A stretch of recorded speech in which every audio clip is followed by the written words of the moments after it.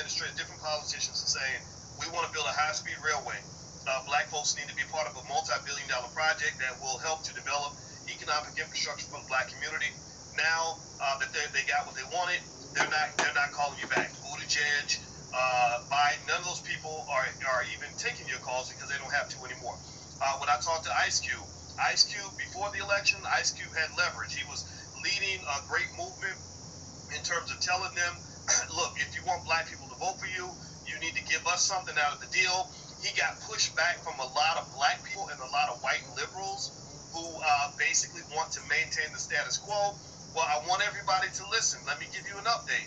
I asked Ice Cube, I said, has the Biden administration reached out to you at all since the election happened? Because before the election, they said, well, we'll talk about all that after the election. We'll talk about that after the election.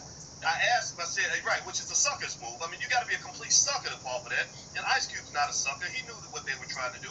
And he just needed more support from the community, right? Well, I asked him, I said, have they reached out to you? He said, no. So that's what happens. When people use you and get what they want, these politicians especially, they're not going to circle back around and pay you for something that you gave them for free. Only a complete fool will go and pay for something that you gave them for free. So you gave your vote away for nothing. So Dr. Anderson, I want to ask you this. You know, it's one thing for us to notice that we got played like suckers. I think we can agree. Everybody who agrees with what I just said, type the word sucker in the chat. Let me know we're on the same page. I feel like we got suckered in this last election. It's one thing for us to observe the fact that we got suckered. It's another thing to say, this is how we move forward. This is what we want next time. This is how we're going to handle things this time. So in terms of what we should look for, Dr. Anderson, and I know that you actually have been filing lawsuits on behalf of black folks based on the 1866 Indian Treaty and some other things that people should know about. What should we be aiming for kind of going forward so we can not be played as suckers in the future? Well, first let me respond to what you just said about the Biden election. Well, you're still not out of the game. What you have to do is trying to hold them accountable, Doc. By holding them accountable, that means what you do is to say, okay, fine, you tricked us, we're going to trick you back.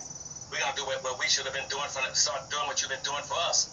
You've been screwing over us and boycotting us for 465 years. I've never seen a white person drive into a black neighborhood on a given day and given evening, going to get out of his car, driving, going to a black store and buy something manufactured and produced by a black person. Whites and Asians, Arabs, Hispanic, American Indians not coming off in a reservation. Everybody is boycotting you. If they're boycotting you, you start boycotting them back. That's how you pay back to Biden. Please say, okay, fine. You screwed over us and misled us. We're gonna have a national call for a national boycott. And if I show up at one of your programs, that's what I'll be calling from the stage. Call for a national boycott and say, I don't even want to call it boycott. I'll call it withholding your money. Withhold your money from them. Don't let them have it. Right now, white folk are living off of 2 incomes. That's why they treat you like you're an animal, because they hold on for 2. They get 100% of their money. Every nickel that whites earn every day, they keep it in their communities, in their schools, in their buildings, in their everything, in their neighborhoods and communities. They don't put any money in your neighborhoods and your communities, and yet you put 98 cents out of every dollar that goes into a black hand in America. 98 out of every dollar, 98 cents out of every dollar is delivered right back to white hands. And that's usually within about 24 hours. What black folk need to start doing is say, no, we're going to withhold our money. We're going to put a check mark on every paper dollar or $5, $10, or $100 bill that we got. And we're going to not let one of them leave our hands or leave our communities until we got 12 check marks on it. We're going to make every dollar bounce 8 to 12 times in black hands in a black business, a black store, before it leaves the black community. That's how you hold people accountable. When somebody sells you out and sucker you, as you just got through saying, they sucker you, you sucker them back. What did he sucker you for? He suckered you for your vote. But you got him beat. You know why? Vote has no power, no wealth.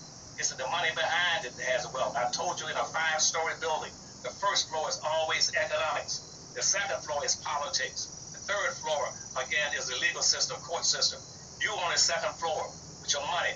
Just don't take your money down to the first floor into white businesses and white communities or Asian communities or Hispanic communities or anybody else's community. You put your money in your own community and tell your own people, I'm gonna hold you accountable just like I'm gonna hold whites accountable.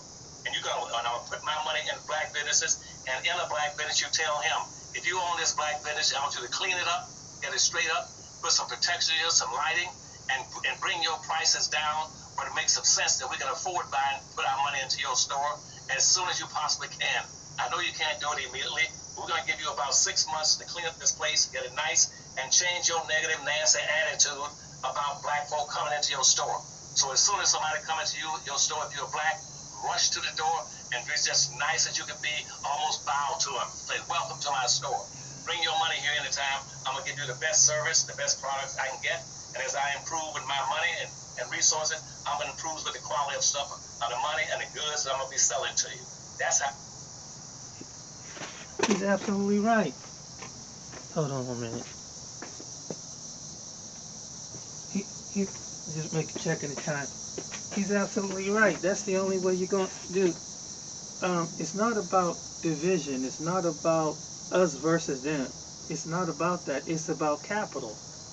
Everybody competes, and every group, once every group get over here, they're going to build up and rise up the power, send their children to school, educate them. So one of the kids get educated.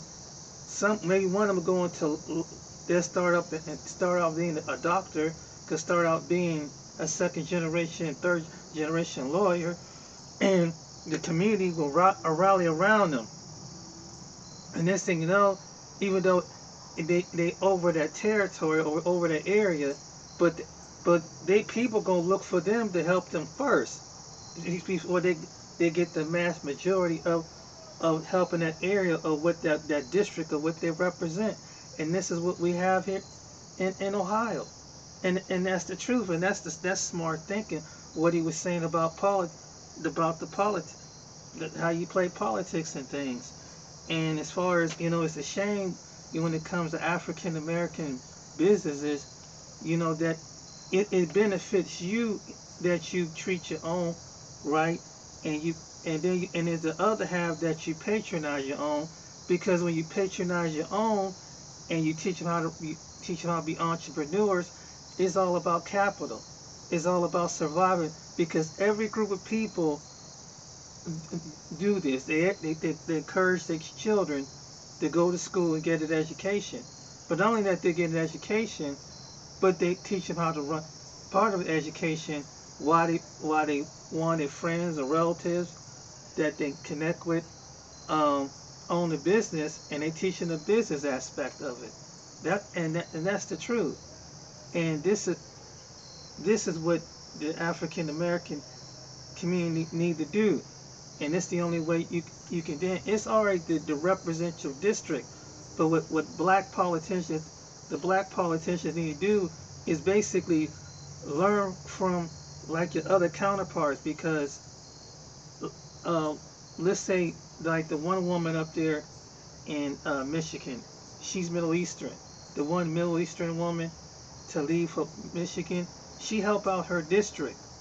And she represent the whole district, but she gonna put forth, because most of the people that she represent out of the Arab American community, she's gonna help them out and make ways for them in Washington D.C. to get money and get things like that. We have generational wealth, and this is where you have in the Michigan and Ohio and different individuals like that. In the same way, with your different immigrants, group of people, it's about capital.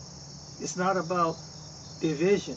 It's about basically everybody is, when it cuts throat to dry, it comes down to politics. And African Americans, being in this country for 400 years, need to catch up with the game of how the way the system works. That's basically what he's saying. Because right now, I was reading an article where in the South and different parts of the country, you have black farmers are not getting the adequate help as their white counterpart farmers. And now, even though that they're trying to hurt the farmers, but when the farming industry was going down, they wanted seemed like the white farmers didn't want to be left out, to be discriminating when black farmers were suffer for discrimination that comes to loan and grants on how to up their queue. And so, and some of the black farmers across the country, and whatever represent their district, need to come as black people need to come as a voting bloc and improvise that. That's what the politicians start listening to you. You have to use the leverage, and don't let them use it. And don't let them take one person and use a cause and deflect. And get a representative out of the community is going to represent that know the condition that cares about and won't sell their own down the drain just for a couple bucks. That's the biggest part of it, because part of any community that's in poverty and crime and things like that is because it's systematically they being held back, and this is what you have right now, and this is basically what he's addressing. So that's what's going on. It's not about, he's not talking about division, but right now, when it comes to a certain community as the black community, this is where they lag. This is where they're lagging at, and other communities. And I've seen it throughout Ohio and the neighboring states, and I've seen how you can go up in any wealthy suburban community and you can see the businesses on who, and some of them, some businesses you don't know, and then like I said, they first, second generation, people that come from some different part of the world, and they got their people in the business, and they hire their own people, and then people patronize their business and everything, but they make sure that they keep their money in their community, so the money fluctuate.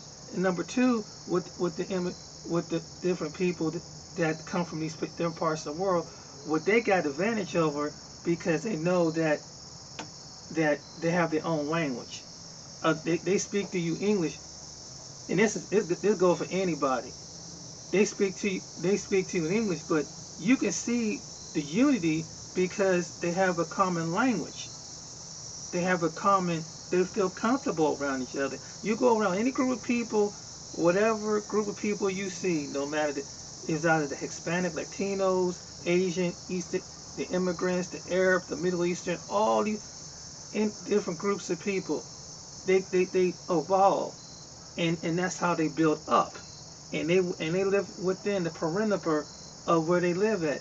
And like here in Columbus, they all out in the suburbs. They all out there in areas. And I've seen one section where, and it was kind of amazing, kind of amused that you have your people that probably they from India. They have a store. They have a restaurant in the store. Then they'll have another restaurant